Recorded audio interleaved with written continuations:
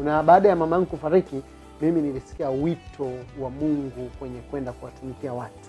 Na kuwatumikia watu mimi naamini ndio kumtumikia Mungu mwenyewe. Okay. Kwa sababu Mungu anaonekana kwenye watu, especially wagonjwa, watu wasiojiweza, wamama na watu wa chini. Ndio maana mimi nimededicate maisha yangu, nimeweka wakfu maisha yangu kuwahudumia watu wasiojiweza.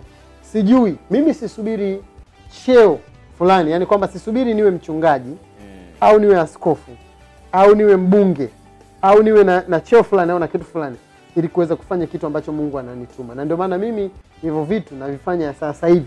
Najifanya leo kwa sababu kesho yangu sijui.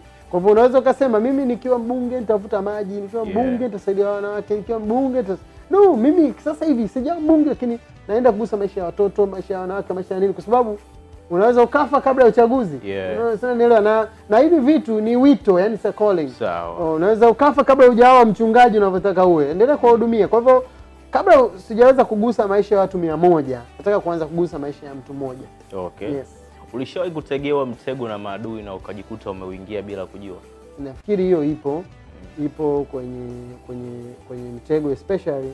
Unajua mitego kama nilivyokuambia awali, kwa sasa sisi maisha yetu ya ujana mara nyingi tunapenda sana kutaka sifa, lakini pia ujana una maswali mengi, niwe nani, niwe nani, nifanye nini. Kwa hiyo una nafasi ya kujionyesha au maarufu. Kwa hiyo usipopangiwa vizuri unajitoa au unaonyeka. Sasa unajua mara nyingi unaweza kufanya jambo kwa nia njema, kumbe ndio ukatangaza vita. Sasa mimi nilikuwa na hiyo tabia, yani kama hapa sasa hivi najirekodi, jamani ndio naanza kwenda Mwanza, ndio natoka naenda Mwanza. Sasa jamani ndio nimetoka, nilikuwa naendaga Marekani. Nimelipwa milioni, nilipwa karibu milioni 10 hivi na ikahesabu pale dola. Jamani hizi hebu kwa zote zile mimi nilikuwa nazifanya kwa sababu ya ujana, sio kutokujua, lakini ndio ilikuja kuniletea baadaye, nilikuja kujikuta nimeangukia kwenye kesi. Umeona baada ya kutoka Marekani niliingia kwenye kesi kadhaa. Baada ya kujitangaza hivyo nikaenda Mwanza, niliporudi nikajikuta kwenye ajali mbaya sana, ambapo hata baadaye sehemu ya viongozi wangu wa dini walisema, unajua vita vya namna hii wewe mwenyewe uliviita. Kwa kuna baadhi ya vitendo ambavyo unakivifanya vinakaribisha vita. Umeona, na ndio maana lazima ujue, yani mtu anapoanza kukwambia bro wewe nakuona utakuwa mtu mkubwa sana, shetani kesha sikia. Na shetani anamvaa mtu anayekuja kwako anakuelekea vita. Kwanza wewe hautomjua na yeye hatojua kama anatumika. Yani hatojua kama anatumika. Ndio maana unapoingia, maana naanza kuhubiri haleluya haleluya. Unapoingia kwenye Biblia unaambiwa huyu Yuda Iskarioti, yani ni mshikaji na Yesu, yuko poa. Ile pepo ikamvaa, akapiga hesabu. Hawa washikaji wote wanaonekana tu Galilaya hawa. Huyu Yesu akiondoka hawa wote watapiga hela, si? Sasa mimi nitafanyaje? Bora mimi nimuuze huyu. Yani yeye nia yake ni njema. Na ndio maana mtu yote anakuja kuwekea mtego, wakati mwingine yeye ajui.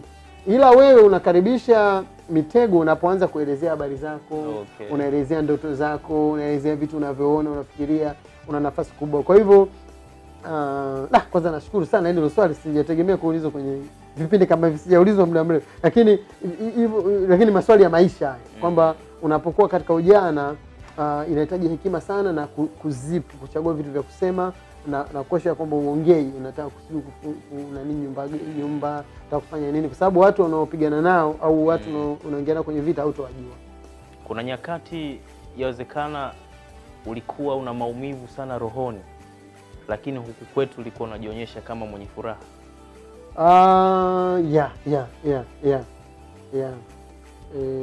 Sehemu ambayo nimekuwa na maumivu sana ya moyo, alafu nikajaribu kuact kwamba nikupoa,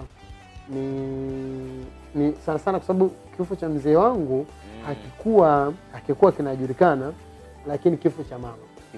Yani kifo cha mama is very strong. Yani moja kati ya jambo ambalo limeniumiza sana, unaelewa? Ni hilo. Na ndio maana kitu pekee ambacho kinanifanya mimi niondoe kulia, niondoe kuhuzunika, ni kufanya kazi ya Mungu na kuhudumia watu wasiojiweza.